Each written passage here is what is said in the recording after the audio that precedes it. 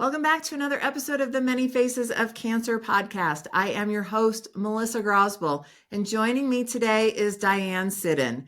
Diane works for Univest, where she is Vice President of Marketing and Insights Manager. She loves all things data and enjoys working with her team to support the company's marketing campaigns. Diane lives in Raleigh, North Carolina with her husband, Art, and Missy, a border collie mix who herds everyone around. She also has an adult son, Elliot, and daughter, Blake. And she is also a breast cancer survivor. So welcome to the show, Diane. Thank you, Melissa. I am so glad to have you on. I am glad to be here. Super excited. And I just want to say, I don't know always, but I do a little bit about myself sometimes in the beginning. So we had a border collie mix named Molly, and we had her for 12 years. And when we first got her, we lived in a cul-de-sac, and the cul-de-sac was filled with children who, all young kids. My daughter was like, I don't know, I think she was 9 or something when we got the dog. And being a border collie in the end of the evening, because she was always outside, she was super friendly and loved to play with the kids and stuff. It was almost like she would help to herd the children back to their houses at night. Once she got to know everybody, it's like, okay, the sun's going down, time for everybody to go inside. And you would notice her kind of like nudging the kids around. So border collies are just so fantastic in their herding abilities. Oh, they are. I mean, they think we're their sheep, right? And it's like, hey, yes. It's like when I get up in the morning, she herds me down the hall. Like, come on. And it's like, it's push, go. Don't change directions. You got to go this way. And she'll let you know if you're not following instructions. Have you ever seen any videos of actual like border collies out in like in Australia and stuff? Yes. And what they do? Oh, it's amazing. It is just insane that one little dog can move an entire herd of sheep where they need to go. It's absolutely fascinating to watch them. Yeah. And you wonder why they're so high energy. Like they need to be put to work because this is what their breed is supposed to be doing. Yeah, herding humans is not on their game plan, right? It's just like, wait a minute, these people are boring. I need some sheep out here, And these people don't listen. I need somebody to listen to me. All right, Shannon. Diane, so you hail from North Carolina. Are you a native from there? Believe it or not, yes. I was actually born here in Raleigh.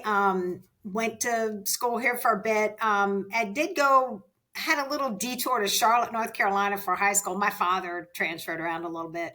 And then I ended up coming back here to go to college and pretty much have been here ever since. So Where'd you go to school? I went to North Carolina State University. Go Pack. NC State, baby.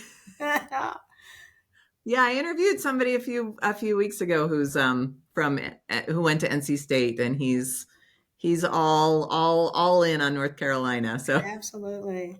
I keep saying we're going to end up moving there someday. It's just always calling to me. It's a good place to be called to. Okay. All right. I will keep that in mind. Other than the humid cold in the wintertime. Yeah. And again, not super cold, but the humidity and the heat, yes, in the summer can be a bit. It can be a bit sometimes. I mean, coming from Colorado where a high humid day is like 25%. Oh no. That's nothing. That's nothing. We're in a bit of an arid climate here.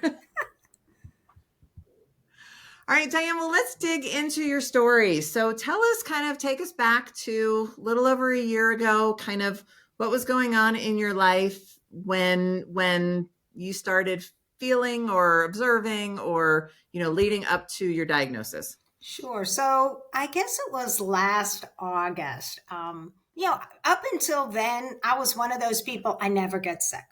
Always healthy, always trying to do all the right things, right? Eat good, exercise, go to the doctor, have all your checkups. And, life was going on. I always felt like I was kind of lucky in that sense. So maybe that's why it was kind of my turn to kind of be, okay, something's going to change and we're going to throw something your way and see how you handle it. So my mother had breast cancer. So I had been getting mammograms for probably 30 years. So I was always, made sure I always did that. wasn't always the best checker, to be honest with you. So, but again, I always kind of maybe had that false sense of security because, well, I'm healthy. It doesn't mean I'm going to get cancer. That's totally not correct. So my husband and I had actually gone out to go to week and went to a concert, came home, and I went through the mail and I saw the letter from my radiologist, which is to tell you, hey, it's time to schedule your annual mammogram. And normally, I would get it and, put it down, but something just didn't feel right. It was almost the best way I can describe it. It almost felt like it was burning in my hand. And in the moment, I was a little perplexed, but I was also a little tired. I just wanted to go to bed and I didn't really think any more of it. I just thought, I'm just going to put this down, go to sleep. The next morning, got up. My husband was making his coffee and I make tea. I'm not a coffee drinker, but I always drink my tea in the morning. And I was in the kitchen doing what I normally do. And I heard a voice in my head very clearly say, go check your breast. Now, that isn't something on a Saturday morning you would expect to hear. Right. In the past, sometimes I would have feelings and sensations about things, but this was incredibly strong. And it was almost, I felt like somebody's trying to drag me upstairs. So I didn't say anything to my husband because I thought he's going to think I'm bonkers. So I'm just he's going to want to come with you. Well, maybe, but I thought this feels a little personal today. So I'm just going to go up. I'm going to satisfy this voice in my head and we're just going to go up and up. So I went up and, checked one and it was fine. And then I went to my right breast and I felt a lump. It felt like a pee. It was like felt like a hard pee and you could actually feel it. And I hit the floor. I thought, oh my gosh, there is something there. Now in the moment, everything kind of changed. Instead of thinking like, wow, I just got divine intervention that I have a lump in my breast. All I could think about is like, holy crap, there's something there. And we're not playing. So of course I went back downstairs and, at that moment, as your life just changes. Your focus, everything is now about what you've just discovered or learned about. So I had him do a sanity check behind me to make sure. And he said, yeah, there's something there. So it was a Saturday. So I obviously couldn't get to a doctor then. Of course, it's always on the weekend, right? I'm like, what? But the fortunate thing, I love when you get the results in your portal over the weekend. Yes. And you have to wait 2 days before you can even call your doctor and go, hey, what is this? Yes. Anyway, sorry, the waiting game is real. Right. But fortunately, my doctor is actually in urgent care. So I thought, okay, maybe the off chance I'll call and just see if she might happen to be there. And of course, as you said, she wasn't. But at first thing Monday, I got an appointment and I went in and she said, yeah, there's definitely something here. I wouldn't worry about it. They always tell you that, right? They always tell you that, yes. It's like, it's nothing to worry about. It's probably a cyst. But something in me thought, if I were to get this kind of message that I did, it's more serious than that. Why would I get that? It just didn't seem like, hey, we're not going to just tell you got a cyst. We're going to tell you like you got something you got to really take care of. So the next steps were going in, having an ultrasound and a mammogram. And, they looked and they were like, I don't know. There's something there, but we need to do a biopsy, for sure. And it's probably just scar tissue or something. And then of course, again, you always say that. Yeah, anyway. So don't listen. So then I think it was on a Friday. Of course, it's always like right before the weekend. I get the phone call and the nurse was, you could tell she was pretty serious. It says it is cancer. It doesn't look like it's spread. Now, I don't know how she thought that was true, but at least from the type that it turned out to be, which was, a carcinoma, a ductal carcinoma. They didn't think it was, too far advanced and that next thing would be the surgery. And of course, this was, you can't always get your surgery when you want. So I had to wait a little bit and I decided to just do it during Thanksgiving because I thought, well, I can have the surgery, can recover. I don't have to cook. I'll just, order stuff in. Life will be good. And that's when you have your family cook for you. They don't cook. Oh. So it was easier to bring stuff in. Okay. But but as you know, the whole time, your mind starts thinking like, well, what's going to happen now?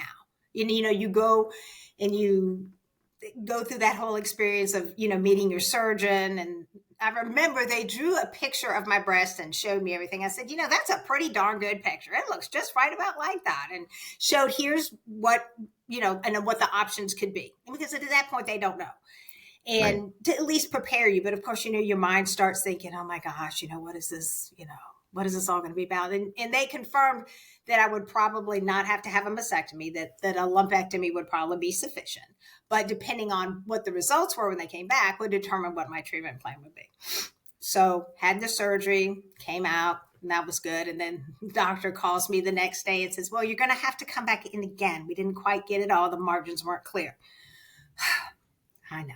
So the next week I go back in a second time, and it wasn't as bad, but right. they did discover a couple of things. Initially, they thought it was a stage 1, but then they upped it to a stage 2 because the size was a little bit bigger than what they thought.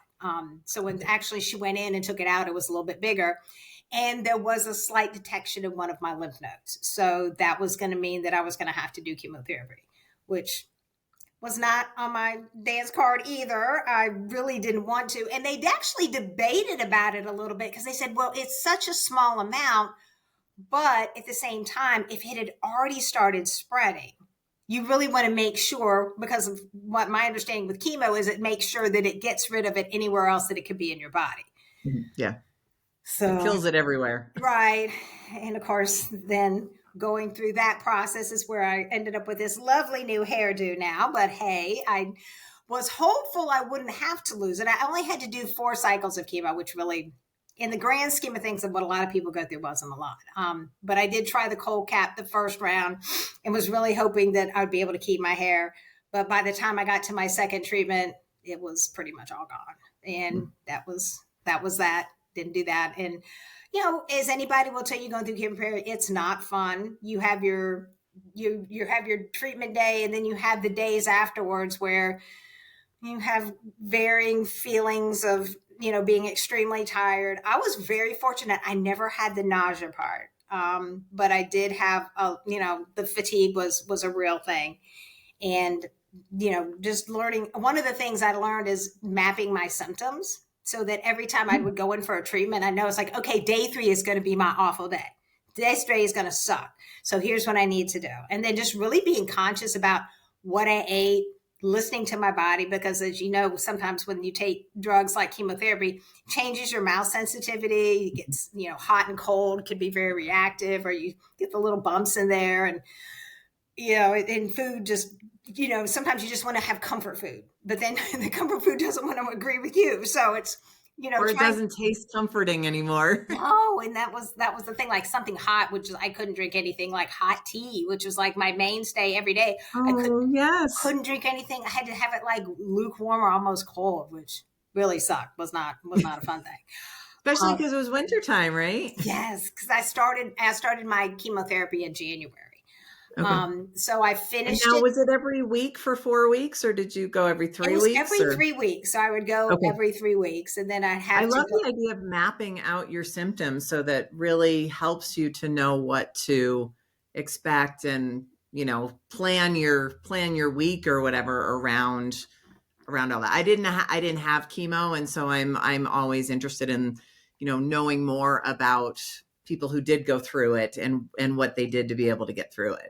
Well, because I'm an analytics person by trade, I basically had a spreadsheet, and I would basically track all of my symptoms all through as it, would go through. And then, as you get to, it's always funny when you're doing the chemo, and especially when the 3-month cycle, you start feeling halfway decent right before you start your next cycle. So, of course, but it was helpful just to know, like, on this day, I know sometimes I would, have like a headache or something, or I knew that be careful what you eat. Cause this is where, sometimes I wouldn't get nauseous, but I would have some kind of, stomach discomfort or whatever, and making sure I was really careful what I ate. Or sometimes going outside, I knew I'd be like really tired. So I was like, okay, I have to walk that border collie because they got a lot of energy.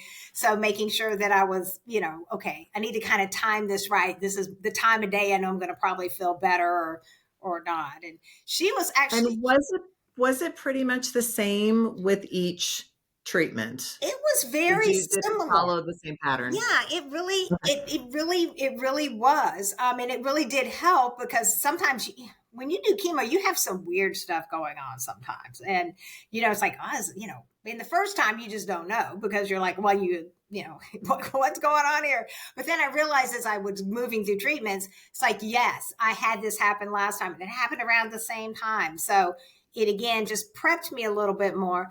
But then as I moved through the treatments, some things got better, some things got worse. The fatigue obviously is a cumulative effect. So by the time you get to the fourth one, I had been able to work the entire time I was doing chemo. I felt for me, Wow. keeping as normal a schedule, including walking that crazy border collie, was going to just help instead of me trying to do something different. I mean, my employer was wonderful about, do what you need to do. If you need to take time off, you need to go take a nap, go do that. And I will admit, there was a couple of days I did kind of have to do the nap time and do that. But I felt that if it's going to keep me psychologically more easier for me to get through it. And it definitely did help. But I do know when I got through my last chemo treatment that I did take a day off, and yeah, I basically slept the entire day. So the fatigue did eventually catch up a little bit. And then took a little bit of a break and then started radiation right after that because radiation takes care of the cancer in the area of where it occurred. So I had to have radiation where the lump was and then also where the lymph nodes was. So that wasn't that the only challenge with radiation is it's every day. So you go Monday through Friday, the same time. You see the same people. Met a lot of great friends that I still keep up with, but it's a lot. And so getting through that, and then now just on like because my breast cancer was estrogen positive, but it was negative for everything else.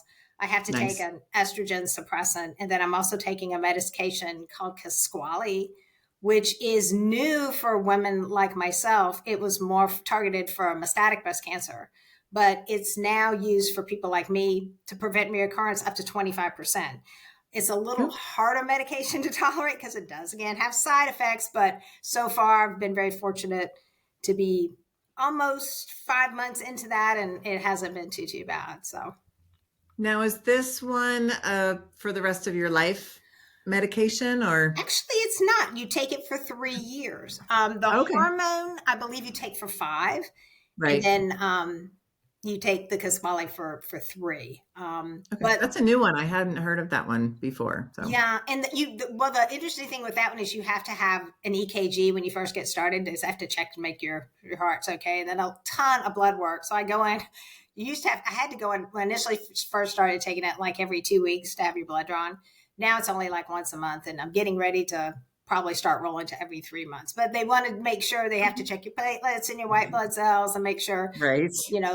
that's doesn't become an issue because it's a medication that can affect your body in a lot of different ways. So they always have to make sure that you're responding well to it, and but anything that they can give you as an ammo to prevent it from coming back. Because I know when they were writing it out for me, they kind of started with like a triangle saying it's the top. Okay, we're going to do this. We have the surgery, we have the chemo, we have the radiation, and then having the treatments, and then getting down to the bottom, the chance of reoccurrence, at least in my case, is only 6%. And that's pretty good. Wow. It's not That's 100, pretty good. but 6% is not bad. Yeah. That means you have 94% chance that it's never going to They're going to happen, come back. which I think people tend to focus on the little number or even the big number of like, this is the possibility that it will come back. This is the possibility I will die, blah, blah, blah. But you forget that there's 94% chance that it's never going to come back. Right. And then, I could have decided not to do this treatment, right? But then you're going to live with that higher percentage.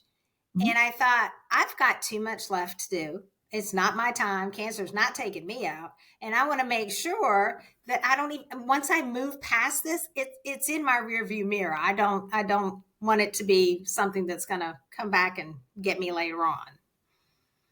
And one of the things that like I experienced, and I also, as I continue to talk to people, is everybody's treatment plan is their choice, is their decision. And we need to, like, don't judge, don't criticize, don't say, well, you should, or I would, or this or that. It's like, because I don't know about you. I mean, I really agonized and prayed and soul searched about decisions for my treatments. And, I chose to not do some of the treatments that were recommended because that was my choice after, my own processing. And I don't want anybody telling me, oh, you should have done this or I would have done this and stuff. And I did have some people say that they're, no longer friends of mine because for, obvious reasons. But like there shouldn't be any judgment. And when you said earlier, well, in the grand scheme of things, I only had 4 chemo treatments. You had 4 chemo treatments. Like that is a big deal. And you still went through all of the experiences of having chemo, whether it's 4 treatments or 12 treatments or, 100 treatments or whatever. Like don't ever discount the fact that like you went through this experience. Cause I hear people a lot of times try and discount, well, oh, I only had this, or I didn't go through all of this. Like every time you hear those 3 words, everybody has the same experience. That's so And true. and nobody who's been through hell is going to tell you, oh, well, your cancer wasn't bad enough because you didn't go through all of this. We've all gone through the same thing. No, it's true. But one point you bring up, Melissa, that's is the choices you have, because when it came to chemo, there was a period that I really fought about doing it. I did not want to do it. I was, even my husband wasn't excited about it either. And and you hear all the horror stories of what people go through. And I did agonize about that one quite a bit, because I thought, oh, that's just gonna, I just, but then, again, when you go through this, and one of the things that amazed me was how tailored and specific the treatment is provided, is just for you. It's not the person next door that goes through it. Yours is very specific, based on your age, based on the kind of cancer, based on your health, a million and one things. And your providers are there to help you to make those decisions, to say, well, here's what you can do. But at the end of the day, it is up to you, and no one should judge me. I have actually did have somebody that questioned, well, why are you even going through all these treatments in the first place? Should be you shouldn't do that. And it's like, I have to do what's right for me. And that's how every person going through this needs to make their own decisions. And sometimes it's tough. And you might make a choice and you're like, man, I don't know if that was the right thing to do or not. But at the end of the day, you gotta have to live with whatever you decide to do and what's best for you. And so everybody's got their own story, but everybody has their own decisions, the things that they have to decide about. How am I going to handle this, and how am I going to handle my treatments? And I mean, I always say it remains to be seen whether or not the choices that I made turn out to be, I don't even want to say the right choices, but I mean, if my cancer comes back, then there's another conversation and we go forward from there. But at the time, that was in my opinion, and through all of my praying and soul searching, that was what I decided was the best route for me. Somebody else, and I've talked to a lot of people who have done different things and made different choices, and that's the beauty of free will. That's right.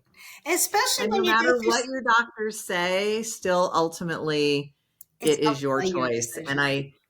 And for me, I got that right from the beginning. So I went and had a second opinion at another hospital, and I met with the surgeon and the radiation oncologist and the medical oncologist. And I did not get a intuitively good feeling about the medical oncologist. I'm sure she's a very, very competent doctor.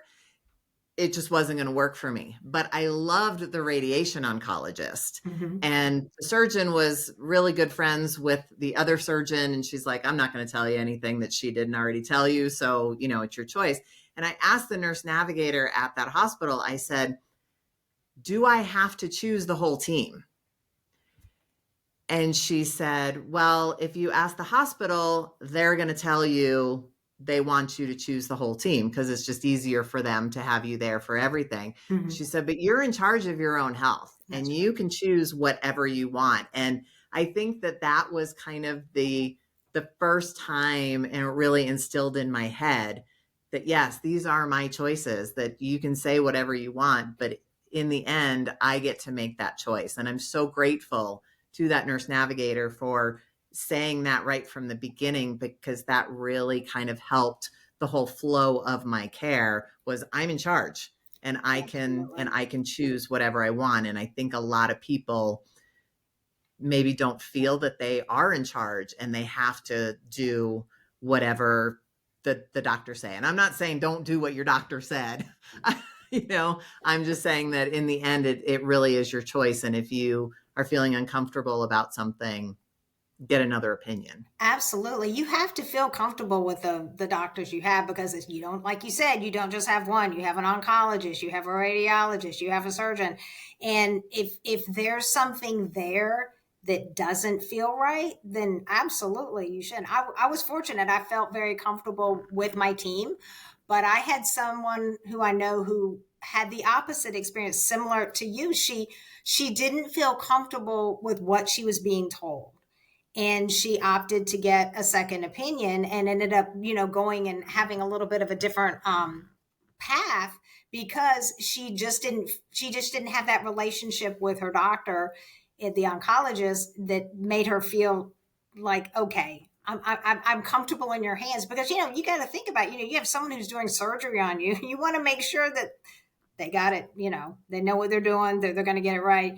And your oncologist, because they're basically helping you navigate this, making the recommendations, you count on their knowledge and their expertise. And then of course your radiologist for helping you with the treatments there to make sure, you're getting that part of it right too, is making sure that, you navigate that piece. Because, radiology, that's tricky too. You have to take care of yourself after going through that whole process. So, I think the one thing that really struck with me is, like, when my mom went through breast cancer, it was kind of a one size fits all.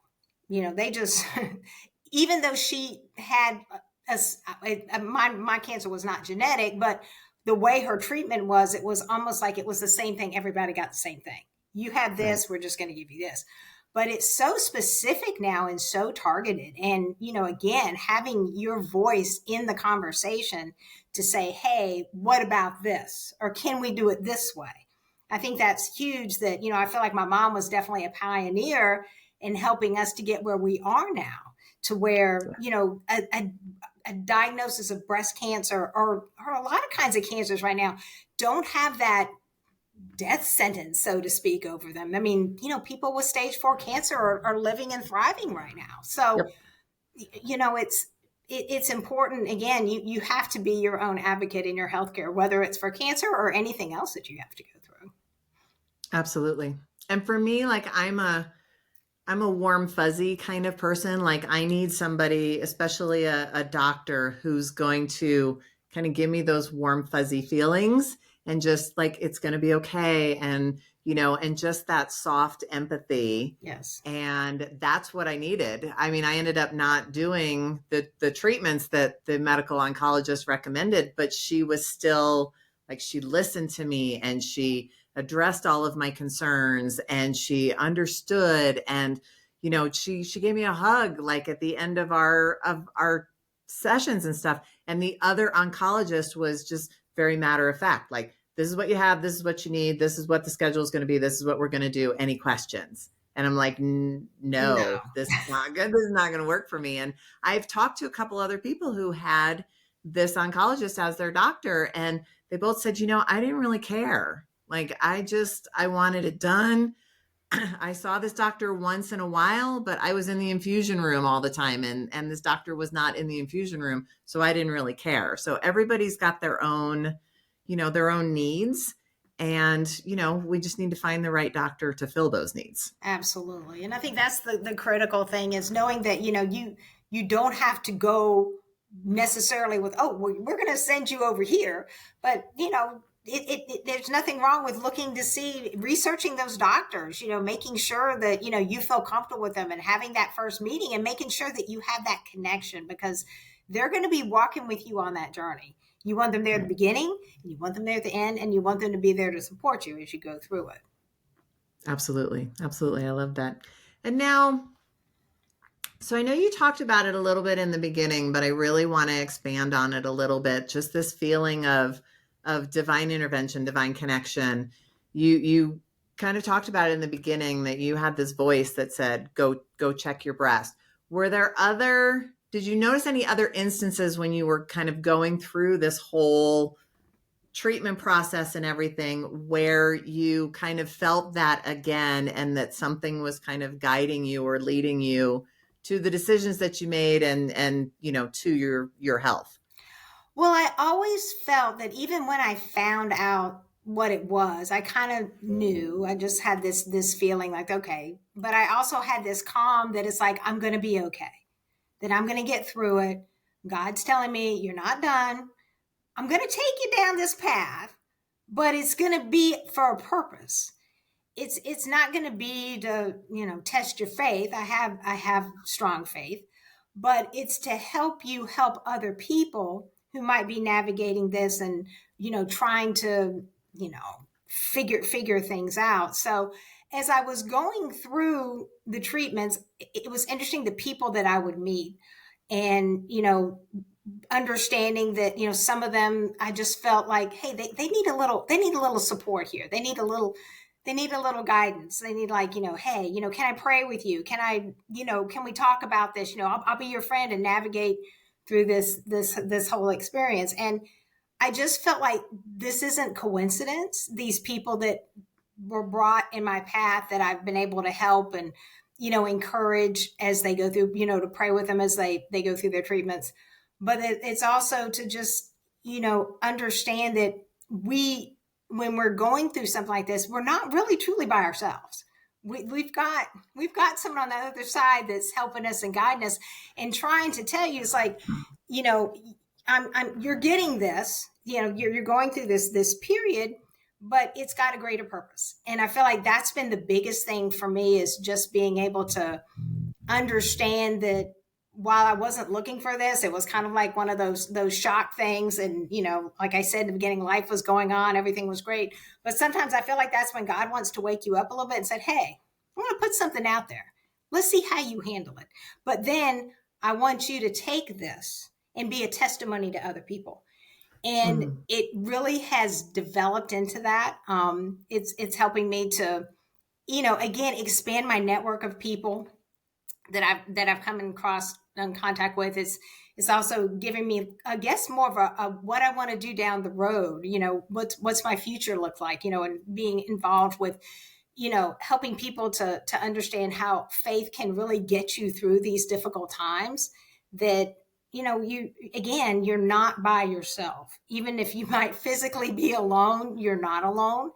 And just being able to rely on your faith to get you through the tough times, whether it's cancer, whether it's, a job loss, whether it's any kind of challenge that you have out there, that when you can lean into it, it's going to help you get through it. And you're going to come out 100% stronger and better on the other side.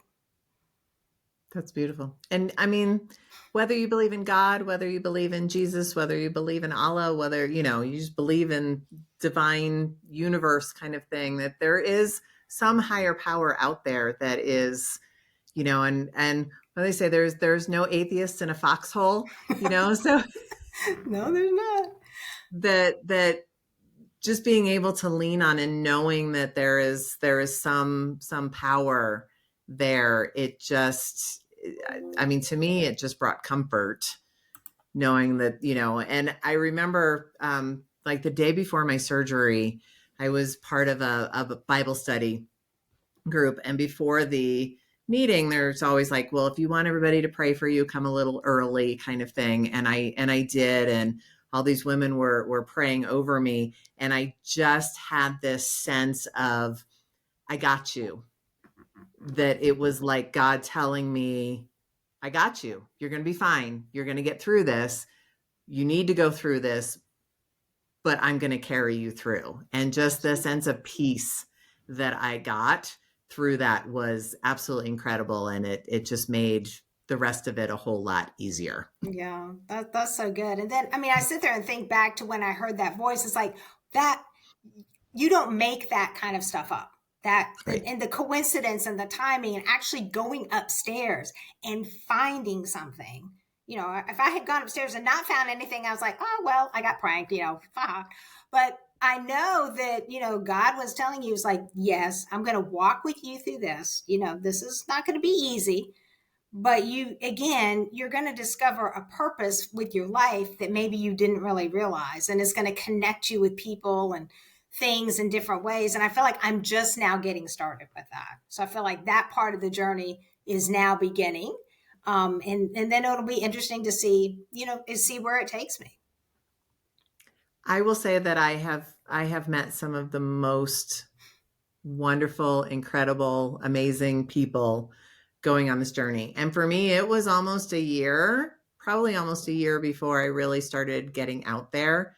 My thing was like, all right, I want it over with. I want it done. I want to move on with my life. And it was probably almost a year where I was like, okay, I think I need to find a support group. I need to just be around other people who have gone through this experience. So take your time. It happens when it happens. Like some people in the support group that I'm a part of, they experienced cancer 15, 20 years ago, and some people are they're just starting, like they've just been diagnosed or just starting treatment and stuff. And there's like the whole gamut in between. And it's just great to hear from people who are 15 years out, and it's also great to be there for people who are just starting this whole process. So, when it's time, like everybody does it in their own time. But I think, and that's why I do this podcast, because people sharing their story, everybody who shares becomes an advocate for somebody else to either share their story or just have hope that everything is really going to be okay. Yeah, and I think the big thing too is when you get that diagnosis, sometimes you feel like it's you against the world, right? It's just you know, oh my gosh. But then when you start sharing this and then you realize you start talking to someone and it's like, oh, my aunt went through this. Oh, my mother just got diagnosed. Can you talk to her?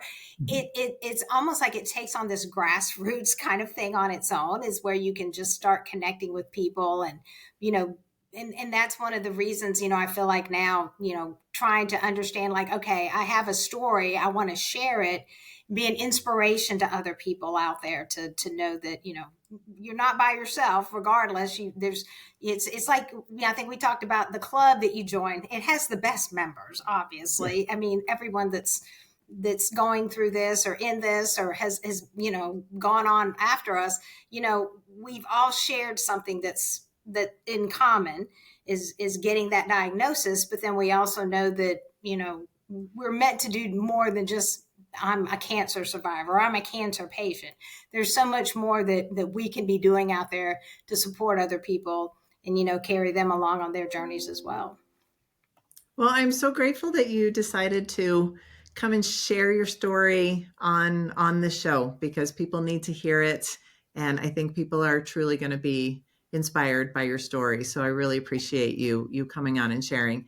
And, I asked this of my guests at the end, because I think it's important, especially you just kind of getting started on this sharing. So if you were to come across somebody who is just diagnosed or is in the midst of overwhelm of a diagnosis and really doesn't know where to turn or what to do, what is just one piece of advice that you would give to that person to kind of help them get through these initial stages? Well, I think you have to have a good support group, whether it's your family, your church, your friends. Do not go on the internet, because that will just send you down a terrible rabbit holes of things. And I know I did that initially. And that creates so much more anxiety and overwhelm. Have someone there that, you can lean on to talk to and just, say, hey, I'm scared, and whether it's someone who's had cancer or hasn't, it's just, having that tribe that can stand behind you and hold you up, pray for you.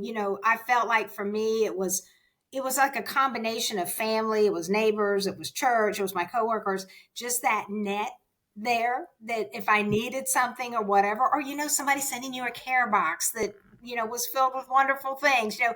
It just helps you, because then at the same time, you want to be able to return that favor to the next person that comes through that. So I think it's making sure you surround yourself with good, caring people that are going to hold you up, and just be there when you might have those tough moments, and you know being able to pay it forward down the road for somebody else someday. Perfect. I love that. Absolutely. Support system is so, so important when you're going through something like this. So thank you. Thank you so much for sharing that. And Diane, where can people find you if people want to reach out to you, if people are, hey, I need to talk to her, or, I need kind of that support. What's the best way for people to find you? Well, probably LinkedIn.